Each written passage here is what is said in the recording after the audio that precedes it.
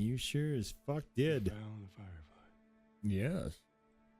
On August 12th, 2023, I started The Last of Us Part 2. To be honest, I didn't really love the first game much, and played the first two-thirds fairly reluctantly. Eventually it started to grow on me, no pun, and I was pretty invested towards the end, though I was also really super fucking tired of clickers. The main plot crux of the storyline was outright silly. There is zero scientific reason for them to murderize a little girl in the hopes of a cure, and it read more like ignorant morons didn't want natural immunity being a thing and wanted to end it, so that if the good ship Lollipop went down, all hands were sinking into the fucking sand at the bottom of the ocean with her.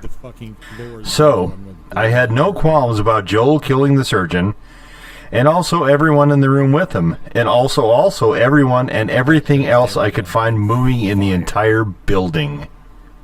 I didn't find the sequel much better at the onset.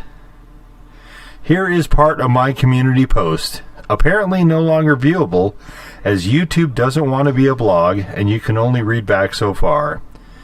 But this is from that start, on August 12th, 2023. Kicked off Toulouse 2 today and really intensely dislike on-site Abby. I've killed her nearly a dozen times already. I'm barely into the game, mostly by throwing her off various cliffs. Part of it has to do with how she's introduced and with pacing. In Toulouse, you play as Joel for most of the game until it switches back and forth towards the end to Ellie, but in a way that makes sense with the story they're trying to tell. Here, we just jump back and forth in a much more jarring fashion. Gunplay is much improved though, so I don't have to stealth everyone, but generally do because I don't have a silencer for the guns and they're pretty fucking loud. The zombies are about equally aggressive, but seem to be a lot less tanky, which is a good change. So far, I'm cautiously saying the sequel is better, at least in terms of gameplay, but I'll make my final verdict at the end. The next day, I made another section of a community post on the game, and yes, a lot of this is going to be me going over my notes at the time, but it is so I can compare to the chronological playthrough. So, right before posting this, I got to the Joel death scene, and that entire thing was honestly pretty badly done. The chase scene was fine, but it's hard to believe Abby would not have been at least partially conflicted after Tommy and Joel literally saved her fucking life from an out of nowhere in a goddamn blizzard horde. Instead, we just move right along to an exciting event. Then comes Ellie, right on top of the house, and we have all this cool stealthy shit, and I was going to unceremoniously kill all of them. But no, instead it's a cutscene that logically should have ended in both Ellie and Tommy being dead after Joel is killed by a golf club. I get that we don't have a game after this, if that happens, but this is just bad, like stupid bad. I don't remember anything in Toulouse being quite that dumb. Obviously, I will finish the game, since it's one of the few from Naughty Dog I haven't either extensively played or finished, but I'm really disliking the writing here. I get it. Abby is a heel and we're supposed to hate her. I already intensely disliked her before this, so we have incentive to spend the rest of the game trying to make her dead or whatever, but man, this is so heavy-handed it comes across as clumsy. Black. My impressions of the game were steadily declining. The next community post came August 16th, 2023. Anyway, about 9 hours into Toulouse 2, and I think I'm day 2 in Seattle. This means a whole bunch of stuff has gone on with Dina, who's preggers, has bad morning plot sickness, and knows my secret zombie secret. So as much as I like having a companion, I don't think it will be her much longer. Unless they kill the fetus or whatever, I have to either rescue Tommy or possibly watch him get killed, not sure which. They did kill my fucking horse, the assholes. There was also a really touching flashback scene with Joel, just to remind you how much of dicks the devs were by killing him off. Pointlessly. The game also really loves its guitar mechanic, like a lot, so I keep finding guitars, tuning them, playing them briefly, and then abandoning them, over and over. Kind of annoying. The game also wants you to spend time looking at their really great spiffy graphics, which are admittedly pretty awesome, but I wish the game wasn't doing a look at me thing over here over and over for them. Pacing is good, and how they move you through the various sections, including rewarding exploration and hiding the collectible crap, is very, very good. Overall, I put this as the equal of the first game, and I'm enjoying it a lot, even though one of the major problems of it for me is how much I like Ellie versus how much I dislike every other main character. Joel is dead, and Tommy is a side character. Dina as a lover and a companion is not great. The game also makes sure it writes sections where she has to save you, so you'll hate her less, I guess, except it's not working. I hope Tommy, they also killed his horse, gets to be my companion instead. The next post was the following day, August 17th, 2023. More Toulouse 2. Have not found Tommy, but the one dude from the village who is probably the father of Dina's kid has also arrived because writers. I hate this development, but he only swooped in long enough to save me and got injured and is now holed up in the theater with Dina, and I truly do not care about this weird love triangle shit. Also, I've got another flashback with Joel and Tommy. This is so that we can have a bloater in the game or whatever. This game is introducing more zombie types without an explanation so far as to how they would have developed along those particular lines. It seems very whimish. Also meant to mention last night that this game really likes characters to go into water fully clothed and with full gear. I honestly find this kind of baffling as the water never seems to affect the gear, so I don't understand the point particularly, except maybe more look at me from the game only with water physics. Also, we're now in the phase where stealth play becomes a lot more crucial. I've come across one of the newer enemy types called stalkers, which so far have not come up on my favorite mechanic, which is the black-white radar thing. I've got it upgraded as far as it will go, and it still won't pick up stuff consistently, particularly if there's a plot device where it needs to not pick threats up, so I can be surprised cheaply and in a shitty manner. I'm not sure yet if Tommy is going to tell Ellie that Joel pulled her out because they were going to kill her to get a chance at a cure, or if that is something Joel will tell her via flashback. I'm guessing the first of these options because she is acting as if she does not already know. Another community post the following day. August 18th, 2023. Over 14 hours, give or take, and it's still not quite clear how the infected managed to keep living. I doubt they'd be able to catch wildlife given how loud they are and how disinterested wildlife would be to be around them. The larger ones appear to eat the smaller ones when they can catch them, but like zombie stuff generally, it's a running question. This one is set far enough in the future that there shouldn't be a lot of humans to consume. The other weird thing about the runners is that they keep trying to punch me out rather than trying to bite. The stalkers have enough wherewithal to push me off when I'm melee attacking them, which is also kind of odd. The clickers and the stalkers attack with their hands, but it's in far more of a clawing, scratching vibe. That part at least makes more sense, and the big bosses also have spitting, throwing attacks, which is fine. Jesse is no longer teaming up with me as he fucked off to go find Tommy, while I went to the aquarium to find fucking Abby and bury her for killing Joel. This was another dramatic scene, and this game, I will say, is a bit heavy about the insertion of cutscenes into gameplay, unfortunately. It looks gorgeous, though, for the most part. The only flaw I've seen so far is the underside of cars, and who cares about that? Also, I'm not clear on why Seattle is flooded to the point where it can sustain river rafting through building lulls.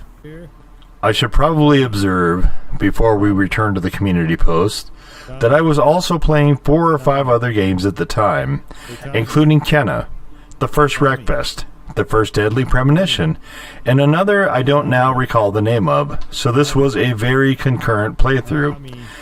I generally switched to one of the others once whatever game, with the exception of Wreckfest, annoyed me sufficiently. Anyway, on to the community post section about this game. Finally, another observation about Toulouse 2 is that once I got the scope for the rifle, this game is now really stingy with giving me rifle ammo. Before I got it, I was constantly unable to pick up rifle ammo because I had so much of it. I was usually full. This, by the way, is complete bullshit. There should not be a cap on ammo in the game at all, except for arrows, which take up a lot of space. Bullets, conversely, since you're usually grabbing 1 to 3 at a time, would be fine to carry unlimited, especially given my huge-ass backpack, which I have to dig into inexplicably every time I want to change weapons. The other stuff. Alcohol, pads, etc. Fine to cap that, but ammo is honestly just fucking dumb and annoying, because if you get into a boss fight, particularly since most of these are pretty tanky, and they also like to send in a bunch of runners to burn out more ammo, it's pretty likely you will come out of it either depleted or nearly depleted. This is mostly fine for me, since I am still mostly playing this in stealth, which I find more enjoyable, but still rather irritating and nonsensical. Really thinking Naughty Dog got super impressed with the visual upgrades to the sequel, and kind of went to sleep on a lot of the other parts of it. On August 21st, 2023, the wheels started to really come off. Here is that day's community post. Toulouse 2 is really working my nerves, dragging me back into Abby's story over and over. Fuck Abby. I have no sympathy for her. At all. Also, it wound up being Joel who revealed the big secret to Ellie being flashback in one of the dumbest ways possible. I get they were trying to go cinematic on things here, but man, a lot of this just winds up being annoying. Anyway, reunited with Tommy and Jesse, and then, somehow, Abby invades the movie theater, apparently by herself, and kills Jesse, and holy fuck, this is beyond stupid. How did she manage to get inside, especially without making enough noise to alert them? I have no idea, and possibly neither does this game. We'll see, I guess, how it shakes out. Also, how can there be only one Joel in the entire world, and, since neither Abby nor her group saw Joel after the doctor got iced, how could they possibly be sure they had the right Joel once they iced him after he and Tommy saved Abby from a horde of zombies? This is so fucking clumsy, and I'm 18.5 hours into this. Yeah, I mean, this is August 25th, 2023 was a big day, I guess, as I had 2 community posts on this game. Here is the first. It's almost amazing to me how fucking shit Toulouse 2 is getting to be, mostly because it wants to stop being a game and instead wants to be a visual novel, only a bad visual novel, with all the goofy points it wants to make delivered in a clumsy and heavy-handed manner. So, the Abby section, which we have to echo the first game and have 2 different playstyles, but let's build Ellie up with upgrades so she's actually kind of fun to play with, and then make us use shit Abby, who is a lot less fun to play with, great flamethrower though, and then make her fight Ellie, who is the only likable character, not kind Joel, who I still really like even if he's dead. Just a brilliant choice there, along with making him and Ellie at odds, albeit barely most of the time in the entire game. Yep, makes perfect sense. So after the final confrontation, which saw me killing Abby over and over by letting Ellie slaughter her until I finally got bored enough of that and went back on the hot rails to progress this shit-awful section, which was honestly quite counter to my preferred choice because fuck the player, am I right? There is this tedious sort of post-section to the game. Abby lets Ellie live after bodying the fuck out of her and Dina and killing Jesse and not quite killing Tommy, but putting him out of action forever and then telling her not to let their paths cross again. And they don't, for a while. Except Ellie has PTSD and after an ill visit from Tommy, decides the only way to cure it is to drag an increasingly tedious game. The first farm section is near complete and total ass. Out further. I think I have 2 chapters left and now I'm playing Abby again for whatever reason and I seriously have no idea what the fuck Naughty Dog is doing here. Like the Uncharted games, even when they got weird and wacky, were generally pretty fun at all times. Both this and the first Toulouse are not, but oh my fucking god, Zowie Zors, the graphics, la la la la la. This is the second community post of the day. I'm at least 30 hours into Toulouse 2 and this game refuses to fucking end. It will not end. Ellie beat the shit out of Abby and predictably let her go. I was half wondering if the game would try to make them lovers. And then Dina was gone from the farm. And Ellie insisted on a dumbass fight with Abby after rescuing her, and Abby bit 2 of the fingers on Ellie's left hand off, so now Ellie can't finger the fucking chords right. And another flashback. And Jesus, holy fuck, this is all so nothing. Yes, graphics are good, but man, the story in this game is yeesh. And since it's on rails, you're forced to fucking play it if you're going to go through the game. I feel like I could spend a ton of words going through all what is wrong with this game, but I'm not in love with the idea of typing that much. So, after starting August 12, 2023, I was finished 13 days later, and while fuming, spent a bunch of time watching videos from various other content creators. I didn't really stop being mad at it entirely until late 2024, and there are a number of various other community posts where I bag on it further, which I won't reprise here. Okay, just one more. This one for March 3rd, 2024. Tonight I decided to watch a video from a creator that YouTube has been stuffing in my recommended feed for a bit, that of DJ Peach Cobbler, who did a Toulouse 2 video, and he finds the big problem the lack of choice at the end, a postulation I find partially accurate. It is a correct definition of the main problem, that of character choice, but is not limited to there. To wit, the inciting event here is Joel getting slain by a fucking golf club, not even a wood, but a goddamn iron, apparently a reinforced one, as I'm kinda guessing most real clubs wouldn't take that kind of thing well, if at all. Also, where did she get that goddamn thing? No one has been producing them for over a couple decades, no one plays anymore, and any clubs lying around would probably be rusted to shit by then. I digress. The inciting event only works if Joel and Tommy act completely out of character. Both are relatively paranoid survivors, and the world hasn't gotten any safer since they reunited. They still send out fucking patrols, for instance, including the one they were on, so odds are also good they would be aware of the buildings. Also, they went in the mountains because it was safer because the zombies can't operate well in cold, except they also now migrate in herds apparently, which is more of the game wanting to have things both ways, which it does plenty of throughout. Anyway, there's only one goddamn Joel in the entire world by then, so naturally it's him. Like, if you want to heal up Abby some, have her kill a bunch of people first in mistaken identity, be brave, explore the shit out of that. Anyway, in-game, his carelessness with identity, lulz, is rewarded by Abby's carelessness and actual investigation, more lulz, and now we have our event and can launch the plot from here. Assuming the rest of the game was acceptable from this launch point, not really, but stick with me here. After the final fight, where the bow hunter kid stops Abby from wrecking both Ellie and her girlfriend, by the by, I found the hidden door as Ellie, which means that she, the character, knew about it and almost certainly would have compensated for it by closing and locking the fucking door or breaking the ladder or whatever, since Ellie is also generally aware. Anyway, after severely damaging Tommy and Dina's ex, who before that had decided to just say fuck it and screw out back to Wyoming for the sake of the pregnant Dina, after Abby spares Ellie a second time, giggle, and we fast forward to Dina and Ellie ranching it up, the choice should have been whether or not to take up Tommy's insane crusade to go find Abby and bring her some hot revenge served on a cold platter of hotter lead or whatever. I most assuredly did not want to do that by then. By that point, I just wanted the entire fucking thing to be done. Given that I rather intensely disliked Abby and her faction and the cultist dipshits, by what mechanism did they get such tanky golems? Is there actual magic in this world now? This is not to say I like the Wyoming clique, as I didn't like them in Toulouse either, but they were in the game less. I didn't like giving up on the idea of going after Abby, that she'd won, despite having her own life wrecked in her own march for revenge, but I could live with it. Then we could have epilogued to Abby dying on a cross, literally, and all is well. Or you could replay the game ostensibly to kill her, but really to save her, and then get the choice again, including whether or not to pull her from the cross, or just shoot her there, or forgive her, or whatever. Instead, we stay on rails. I play a lot of game on rails, including the dread walking simulators, and I don't mind the game being on rails as long as the journey on those rails and the actual destination is good. Here it was not. The big problem is that the game cheats. It cheated Joel, it cheated the player, and it gave you exactly one likable character, which was the dog annihilator Ellie, who they also bent, folded, and mutilated to make her fit into this narrative wreck. This could have been a really good game, living up to and filling in those big shoes of the first game, which left plenty of spaces to improve, but all it ultimately wound up doing was falling on its stupid fucking face. Thanks again, Neil.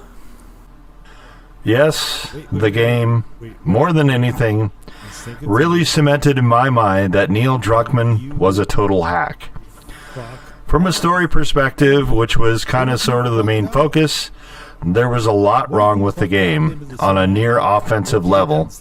It looked great, and when I was using Ellie, played pretty great also, but I honestly felt borderline insulted, as if the game had been so bad it was akin to it taking a giant shit and then wiping its ass with my face. I don't take anything back I said in those community posts, nor would I so much as even modify any of it. If anything, time has reinforced those feelings. But one thing I want to expand on is the out-of-character parts. For this plot to advance in the way it does, it requires characters to both act stupidly and also frequently out of character. None of them are immune to this. And when you have a generally unlikable cast, other than Ellie and Joel, who essentially got treated as if he were merely old and in the way, it makes their respective points of view uninteresting. We can go through all of the major characters and examine their motivation, but it is transparently all Neo ex machina throughout. Joel opens his big fucking mouth after wiping out the Fireflies significantly but not entirely, and is rewarded for his loose lips. Tommy would surely know that would be a dumb fuck decision for his brother, but deciding to take all of them on himself seems a curious decision. Ellie, yes, young, hot-headed, and feeling cheated, but Tommy? By himself? Huh. Dina following because, Jesse following both of them, he would have had to catch up, and evidently the zombies stopped being an immediate threat, I guess. Maria letting Tommy go, and also Ellie, and also Dina, and also Jesse also seems she can't physically stop them, but she would more likely circle the wagons with that big of a threat and try to retract somewhat, batten the hatches and so on for heightened protection. The plan is to ride a horse from fucking Wyoming to Seattle, which may be different in-game, but in real life is around 900 miles, give or take. Google says a horse can go 20 to 40 miles a day. Let's take the middle because it's easier calculation, and that's still 30 straight days of riding in a world where everything is largely destroyed. Okay, fine. How about Abby herself? She would need to broadcast this plan if she wanted to enlist compatriots, and that organization would likely have found that prospect non-worthwhile, especially if they were already fighting the cult and or the competing group that got tacked on towards the end. If she persisted, she would have been watched, as these seem very clear on threats from without and potentially within, and would not have allowed compromise. Okay, but say she and her team of 24, or however many it was, undertook this highly flawed decision to go on her march for revenge. 900 miles today is around a day of travel if using highways and so on. They are using vehicles, but there are more problems, which will also apply to the generators appearing in this game. The first Last of Us was set 20 years after the civilization-ending outbreak. The Last of Us 2 was set 5 years after that. Gasoline lasts 1 to 6 months, give or take. Diesel can go up to 2 years if you're really good about storage. There are no refineries or industry of any kind in this game, so where is the fuel coming from? Where are the parts to fix the cars coming from? Where are the vehicles themselves coming from? None of this is answered, of course, but the infrastructure for vehicles is also annihilated, so we can't get a clear travel time. But say it takes a week instead of 1 to 2 days. This could have been done at any time in the last 5 years. Why now? If the WLF was absorbing what was left of the Fireflies, but was not the same organization, why would anyone there bother listening to her at all, instead of trying to give her a helpful lesson in logic? Mel has to go out because she is heavily pregnant so that Ellie can kill her. Owen is cannon fodder, but such a fuck up, I cheered when the game got to that point. It's not that one either. The only ones actually who did not make a series of stupid decisions were the cultist kids. I think they may have acted a bit out of character, but it was initially out of desperation. I don't remember. They did make one major boneheaded move in trying to revisit their mother, but that is a bit more understandable, and we don't have their character established to us yet. They are not totally fixed, so to speak, as to whether an action makes sense for them or not, so I will give those two a pass. Serious. There then becomes the question of why do all that? Do I do it on there? Why be angry at a game for over a year? Why get so worked up when you could simply just not play it and not think about it? First, I didn't play it again after that until before this video. More on that shortly. When I was younger, I broke many Nintendo joysticks through introducing them to a wall via hurling the controller at one. Back then, it was because I hated to lose much more than I liked to win, and it took me a while to get over that. With this game, though, okay, here's the thing.